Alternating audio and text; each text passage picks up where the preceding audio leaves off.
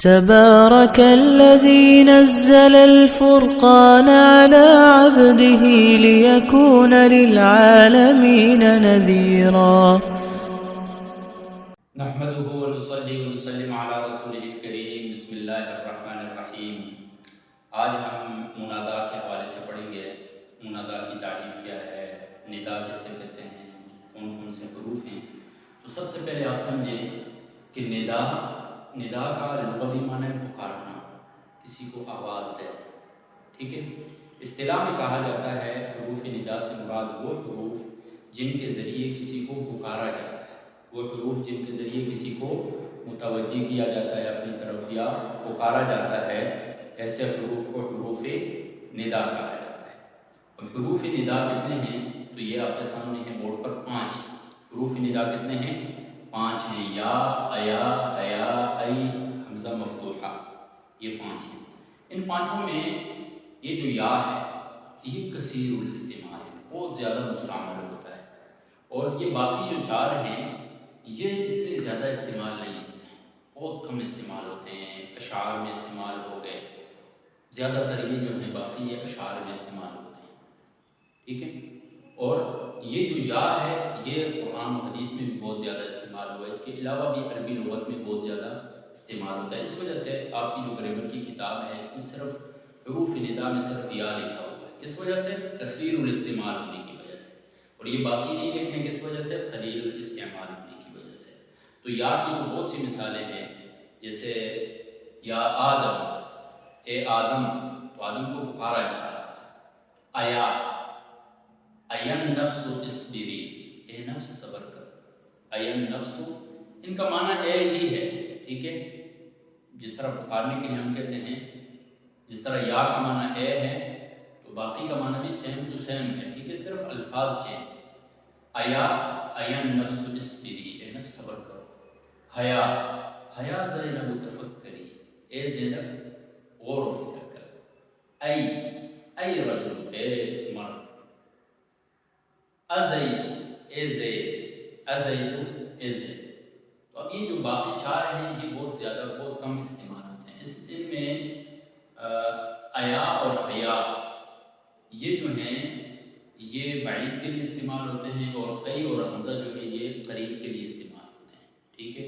قریب میں کسی کو پکارنا ہو تو حمزہ اور ای، دور میں کسی کو پکارنا ہو تو حیا اور حیا استعمال ہوگا. ٹھیک ہے. ایک اور چیز آپ سمجھیں یہاں پر، یہ جو یا ہے یہ یا کے بعد جو اسم آتا ہے، یعنی بلکہ ہم اصطلاحات پڑھ لیتے ہیں. اس کی اصطلاحات جو ہیں وہ کیا ہے؟ حروف ندا، اس کے بعد والا جو اسم ہوتا ہے اسے ہم منادا کہتے ہیں. اسے ہم کیا کہتے ہیں؟ منادا کہتے ہیں. اب یہ منادا اگر معرف باللام، معرف باللام کا کیا مطلب ہے؟ اس پر الف لام داخل، تو حرف ندا اور منادا کے درمیان ایھا یا ایتھا کا اضافہ کیا جائے گا. ایھا یا ایتھا کا اضافہ کیا جائے گا. مذکر کی صورت میں ایھا اور مؤنث کی صورت میں ایتھا. یہ کب لگایا جائے گا؟ جب منادا معرف باللام ہو تو مذکر کی صورت میں ایھا، مؤنث کی صورت میں ایتھا لگایا جائے گا. جیسے یا ایھا الرسول بلغ ما انزل الیک من ربک، یا ایھا الرسول. اور ایتھا، یا ایتھا النفس المطمئنہ. اب نفس یہ مؤنث ہے تو ایتھا ہم نے لگایا ہے. سمجھ آ گئی آپ کو؟ امید آپ کو یہ اچھی طرح سمجھ میں آ گیا ہوگا کہ ایھا اور ایتھا کا اضافہ کہاں پر کیا جاتا ہے. اس کے بعد ہم آ جاتے ہیں منادا کے اعراب کی طرف. منادا کے اوپر پیش پڑا جائے گا، یعنی حرف ندا کے بعد آنے والا جو اسم ہے اس پر زبر پڑا جائے گا، زیر یا پیش کیا پڑا جائے گا. تو اس کے 4 ممکنہ بہت سی صورتیں ہیں، میں صرف عام 4 صورتیں آپ کے سامنے رکھی ہیں. پہلی تو یہ ہے کہ اسے مرفوع پڑھا جائے گا. مرفوع کب پڑھا جائے گا؟ جب منادا مفرد معرفہ ہو. جب منادا کیا ہو؟ مفرد ہو اور معرفہ ہو، نکرہ نہ ہو، تو اس صورت میں اس کے منادا کے اوپر رفع پڑا جائے گا. جیسے یا زید. اب زید دیکھیں یا خالق یا ارشاد. تو اب یہ دیکھیں یہ معرفہ ہے، یہ نام ہے، عالم ہے اور مفرد بھی ہے، جمع تثنیہ نہیں ہے، تو ان کے اوپر پیش پڑا جائے گا یا زید یا خالد یا ارشاد وغیرہ وغیرہ، یا فاطمہ یا زینب. دوسرا صورت یہ ہے کہ اس کے اوپر نصب پڑا جائے جب منادہ مضاف، جب منادہ کیا ہو، مضاف ہو. مضاف آگے آپ پڑھ لیں گے، صرف یہاں پر اتنے سمپل سمجھ لیں، جہاں پر کا کی کے کا معنی آتا ہو وہ جملہ کیا ہوتا ہے، جملہ مضاف ہوتا ہے. جیسے رسول اللہ، اللہ کا رسول، امیر المؤمنین، مومنوں کا امیر. تو اب جب اس سے پہلے یا آئے گا تو یا رسول اللہ ہم پڑھیں گے، یا رسول اللہ ہم نہیں پڑھ سکتے، یا امیر المؤمنین، یا امیر المؤمنین. تیسری صورت یہ ہے کہ مجرور جب منادہ مستغاث ہو، یعنی منادہ سے پہلے منادہ کے شروع میں لام استغاثہ لگا ہوا ہو تو اس صورت میں اسے مجرور پڑھا جائے گا. یا لزید للمظلوم، یا لزید للمظلوم. تو اب دیکھیں منادہ سے پہلے کیا ہے، لام استغاثہ ہے، تو اس میں کیا پڑھا جائے گا، مجرور پڑھا جائے گا. اور آخری صورت جب منادہ کے لاسٹ میں الف استغاثہ آ جائے تو اس صورت میں سے مفتوح پڑھا جائے گا، یعنی مبنی ہوگا. یا زیدہ، یا زید، یا زیدہ. تو اب دیکھیں دال کے بعد الف استغاثہ آ گیا تو زیدہ، اس کو ہم کیا پڑھیں گے، مفتوح پڑھیں گے. امید ہے آپ کو اچھی طرح یہ سمجھ میں آ گیا. اس کے علاوہ منادہ کی چند مخصوص اقسام ہیں، یعنی ویسے عام حالت میں ہم پکارتے ہیں، ایک مخصوص کسی صورت میں آپ پکاریں تو اس اعتبار سے مختلف اقسام ہیں اس کی. جیسے دیکھیں ان میں منادہ مستغاث استغاثہ سے یعنی مدد طلب کرنا. تو ایک تو ویسے آپ کسی کو پکارتے ہیں، ایک ہے کسی کو خاص طور پر مدد طلب کرنے کے لیے پکار رہے ہیں، تو اس صورت میں اس منادہ کو منادہ مستغاث کہا جاتا ہے. ٹھیک ہے، اس صورت میں منادہ کو کیا کہا جاتا ہے، منادہ مستغاث کہا جاتا ہے. اچھا، اس کے بنانے کا طریقہ یہ ہوتا ہے کہ آپ منادہ کے اوپر لام استغاثہ لگا دیتے ہیں، لام استغاثہ مفتوح، اور جس کے لیے مدد طلب کی جاتی ہے منادہ کے بعد اس اسم کو ذکر کیا جاتا ہے اور اس پر لام مکسور لگا دیا جاتا ہے. جیسے میں نے اس کی مثال پر دی بھی تھی، اس دوبارہ میں دے دیتا ہوں، یا لزید للمظلوم. اب دیکھیں زید یہ منادہ تھا نا، تو اس کو جب ہم مدد، خاص طور پر جب ہم مدد طلب کرنے کے لیے وہ کر رہے ہیں، جس سے مدد طلب کی جا رہی ہے، یعنی زید سے ہم طلب کر رہے ہیں، تو زید کے اوپر ہم نے لام مفتوح لگا دیا، لام استغاثہ اسے کہتے ہیں. یا لزید للمظلوم، جس کے لیے مدد طلب کی جا رہی ہے تو اس کے اوپر لام مکسور لگا دیا. یا لزید للمظلوم، یا لزید للمظلوم. اور بھی اس کے علاوہ آپ مثالیں بنا دیں، خود اور فکر کریں. اس کے اوپر یعنی جس سے مدد طلب کی جا رہی ہے اس کے اوپر لام مفتوح، لام استغاثہ لگا دیں، اور جس کے لیے طلب کی جا رہی ہے اس کے لیے لام استغاثہ مکسور لگا دیں. ٹھیک ہے، تو یہ ہے منادہ مستغاث. دوسرا ہے منادہ مندوب،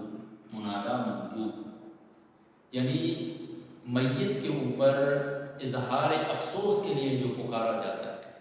عموماً جو ہیں مرد بھی پکارتے ہیں لیکن عورتیں بہت زیادہ پکارتی ہیں، اس لیے چیخیں لگا رہی ہوتی ہیں، جو اتنی زیادہ پکار رہی ہوتی ہیں میت کا نام لے لے کر، واہ زیدہ، واہ ہمارا، وہ آپ نے تو ہمیں چھوڑ دیا اور آپ چلے گئے، جو کچھ بھی ہے.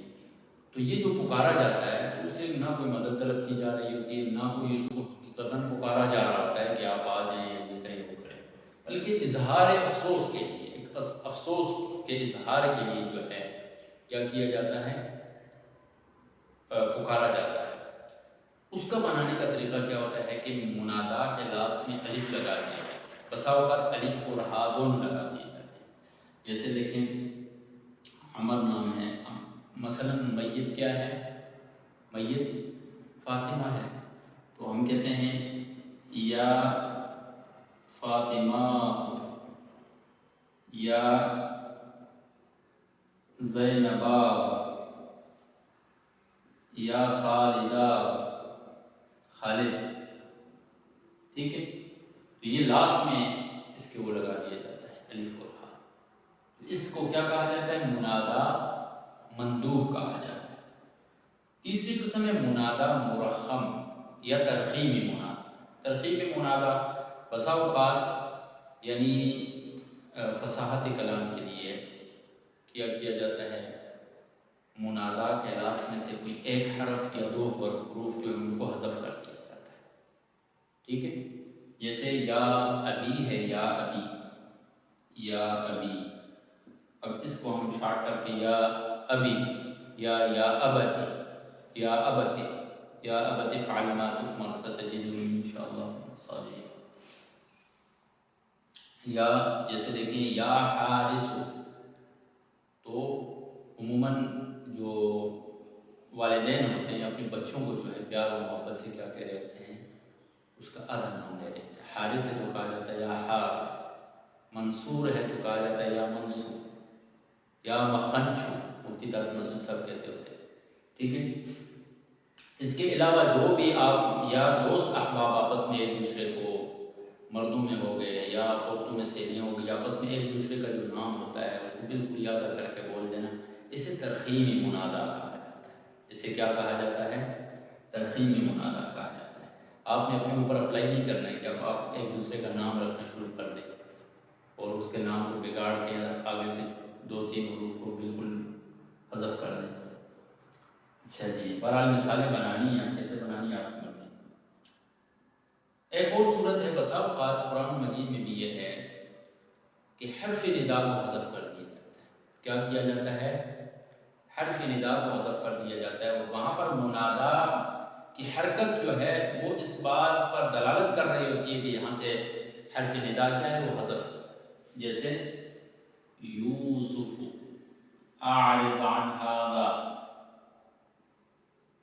یوسف اعرض عن ھذا۔ اب یہ اصل میں کیا ہے؟ یا یوسف، اصل میں کیا ہے؟ یا یوسف، لیکن یا کو حذف کر دیا گیا، لیکن یوسف کے اوپر جو پیش ہے یہ اس بات پر دلالت کر رہا ہے کہ یہاں سے یا حذف ہوا۔ وجہ یہ یوسف دیکھیں مفرد بھی ہے، معرفہ بھی ہے، اور منادا مفرد معرفہ کیا ہوتا ہے؟ مرفوع ہوتا ہے۔ اسی طرح یا ربی، اس میں یا کو حذف کر کے ربنا، ٹھیک ہے؟ ربنا میں نا جو ہے یہ دلالت کر رہا ہے حرف منادا۔ بہت سی یا اللہ میں یا کو حذف کر کے اللہم بنا دیا جاتا ہے، ہم ملاس میں جو ہے یہ دلالت کر رہا ہوتا ہے کہ یہاں سے حرف ندا کو حذف کیا۔